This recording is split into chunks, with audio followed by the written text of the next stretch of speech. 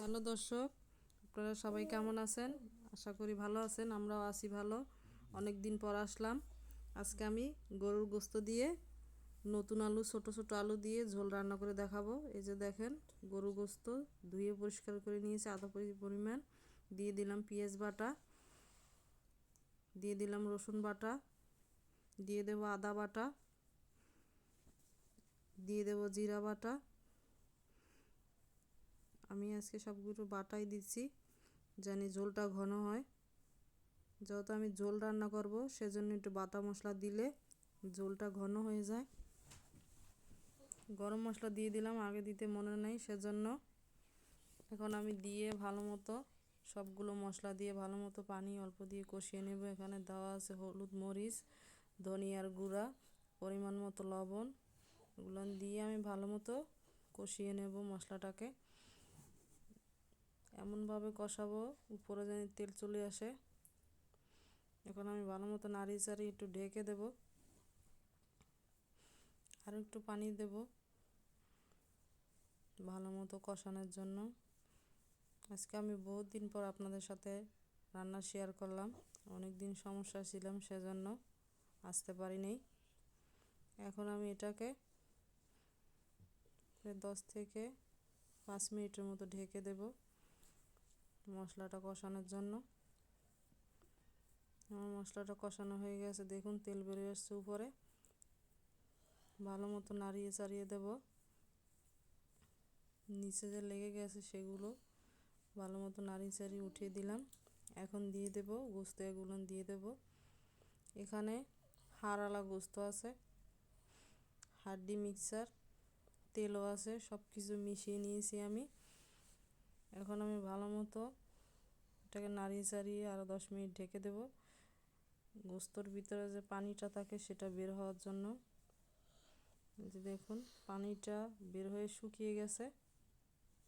আমি আর একটু নাড়িয়ে কষানোর জন্য পানি দিয়ে দেব, তারপরে ঢেকে দেব 10 মিনিটের মতো। এভাবে করে গরুর মাংসের ঝোল বলেন, যেভাবেই রান্না করেন না কেন স্বাদ হয়। নতুন আলু দিয়ে, ছোট ছোট নতুন আলু। দেখুন গোস্তটা অনেকটাই কষে গেছে, সিদ্ধ প্রায় হয়ে গেছে। এখন আমি ঝোলের জন্য আলু দিয়ে একটু কষাবো, তারপর আমি পানি দিয়ে দেব ঝোলের জন্য। এই যে দেখুন, আমি অত বড়ও নিইনি, অত ছোটও নিইনি, মিডিয়াম সাইজের আলু নিয়েছি। আমার আলুগুলো আস্তা থাকবে। আর আমি 3টা পেঁয়াজ দিয়ে দিচ্ছি, 4-5 কোয়া রসুন আস্তা আস্তা দিয়ে দিচ্ছি। এটার সাথে এখন ভালো মতো মিশিয়ে নেব, একটু ঢেকে দিচ্ছি। যে দেখুন এটা থেকে পানি বেরিয়ে আসছে। এখন আমি আর একটু পরিমাণে পানি দিয়ে দেব ঝোলের জন্য। এটা আমি ঝোল রান্না করব। এই তরকারিটা আপনার রুটির সাথে বলেন, ভাতের সাথে বলেন, যে কোনো সব কিছুর সাথেই স্বাদ হবে যত ঝোল রান্না করব। যে দেখুন আমার ঝোলটা উতরিয়ে গেছে, তো নেড়ে চেড়ে দিচ্ছি। কত সুন্দর দেখাচ্ছে দেখুন।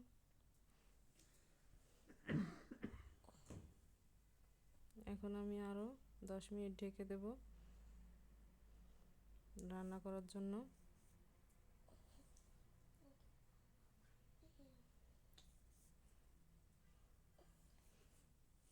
যে দেখুন আমার তরকারিটা প্রায় হয়ে গেছে, আলুগুলো সিদ্ধ হয়ে গেছে। এখন আমি কয়েকটা পোলাও পাতা দিয়ে দিচ্ছি। এটাকে ভাত পাতা বলে, অনেকে পোলাও পাতা বলে। এটা দিলে তরকারির দ্বিগুণ স্বাদ বেড়ে যায়, খুব সুগন্ধ আসে।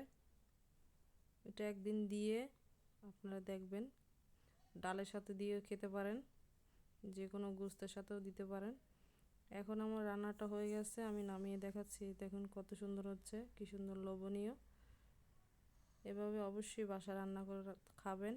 আর আমার রান্নাটা যদি ভালো লাগে থাকে অবশ্যই লাইক, কমেন্ট, শেয়ার করে দিয়েন। আর আমার পাশে থাকেন। নতুন নতুন রান্নার জন্য আমন্ত্রণ রইল।